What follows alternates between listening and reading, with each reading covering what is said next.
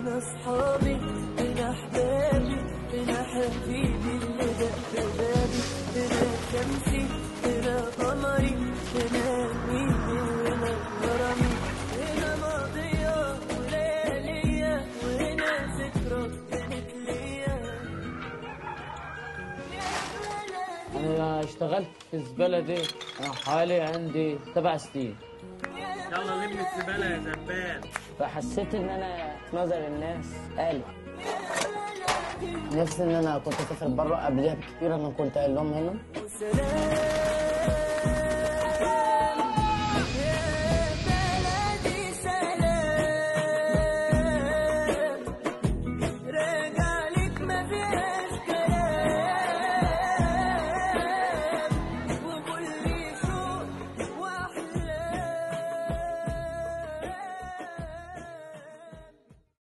My name is Maya Skander. I'm the producer and director of Garbage Dreams.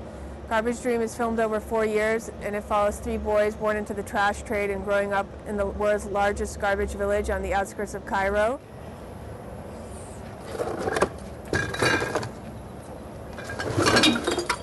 التدوير مع الزبادي ده مش ممكن بيدفن وممكن ما يخش مع in the Zebulin, nothing goes unrecycled. Even the little pieces like this, they recycle. And what they do with this, they take it to the neighborhood, they put it in a shredder, and then the shredded plastics gets turned into garbage bags, which they sell to hotels. This glass here gets granulated, shredded down, and then it gets then it gets melted, and it turns into glass that they use for light bulbs. And this goes for 10 to 15 piastres per kilo. This goes for 2 pounds per kilo when it gets sold. This material is really difficult. This actually can't be recycled because there's 2 different materials within this. There's foil on the inside and this kind of plastic cardboard on the outside. They use this in art projects at the school to try to make use of it. They built a fence.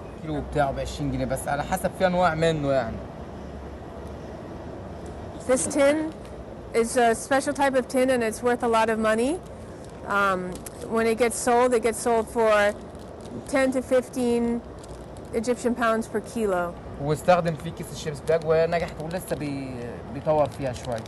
He's saying that these chips bags you can't recycle.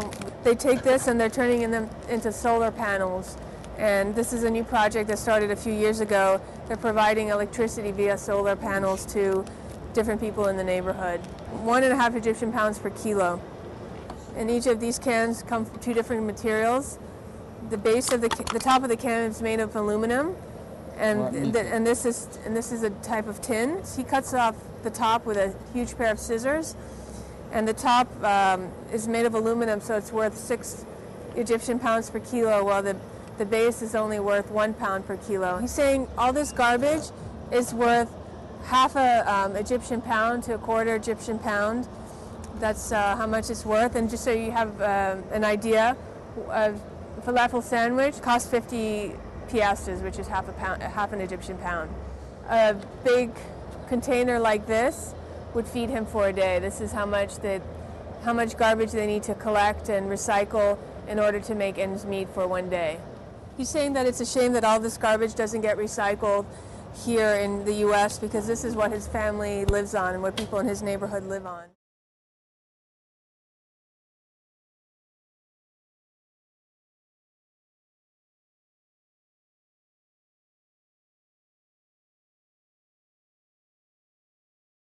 I'm Sue Curry. I'm the Dean of the College of Public Health at the University of Iowa.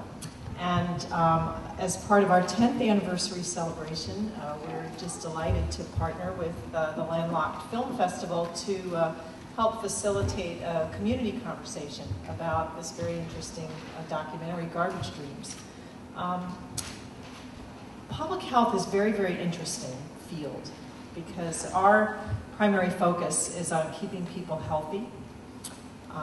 Our work and our successes are often invisible.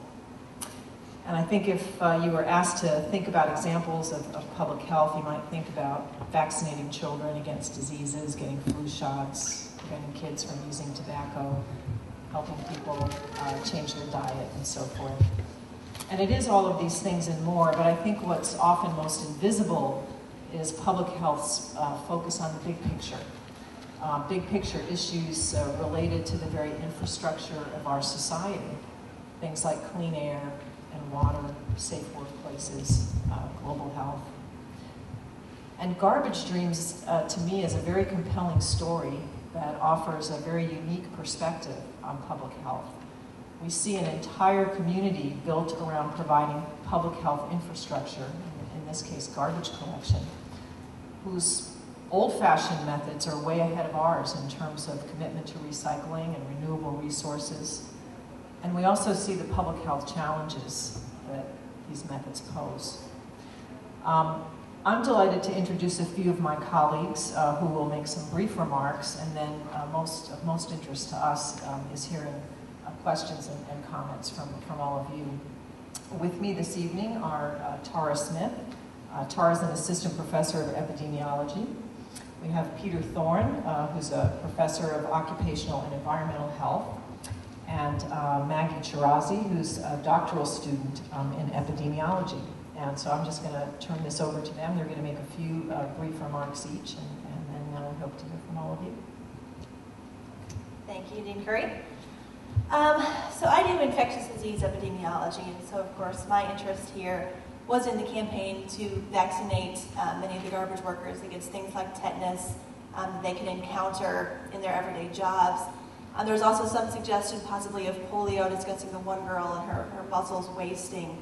So for the most part, they did have things like, at least it seemed halfway clean water. They had running water in their buildings, which is a bonus. But there was also things, and I don't know how many of you caught things like all of the dogs in some of the scenes.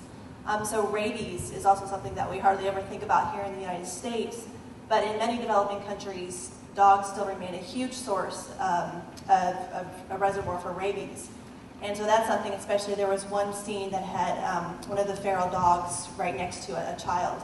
And so that's something that I wondered about with this movie and filming in this area, is not only their occupational hazards via tetanus and things like that, but the other risks to the community from just living in this area where there are all of these scrap meat products and food products around that would attract a large number of wild animals. It also kind of struck me, Dean Curry mentioned that public health is invisible and is often invisible.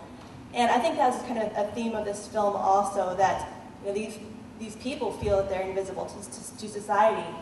And there have been workers like this for hundreds of years. They mentioned that the Zeppelin have been around for 100 years. And this really also reminded me of London in the early 1800s, mid-1800s, when you had bone pickers and people that would take the remaining clothes off of corpses and recycle them, and even the night soil workers who would empty out the human waste from the town and cart it out to the farms 10 miles away. So it's these kind of workers that have done this type of thing literally for centuries, but that we don't recognize the valuable work that they do. So I thought it was interesting that they chose to highlight this in Garbage Dreams. Well, I'm very sympathetic to the plight of the Zeppelin, who are caught between the two worlds, losing their occupations, but the modernization of society, and hopefully for Cairo, the modernization of the garbage collection process. Clearly, this is a very hazardous occupation for these people, and it probably would have been good if this were also a scratch and sniff movie, because we would have really realized what they're exposed to from an inhalation standpoint. I've had the opportunity to study recycling operations, garbage collection, and composting in several countries in the world. And by and large, it presents very significant pulmonary hazards to those who do it, as well as infectious disease hazards. Both pulmonary and gastrointestinal problems are quite prevalent. In addition, you saw them handling plastics recycling. There's lead acid batteries.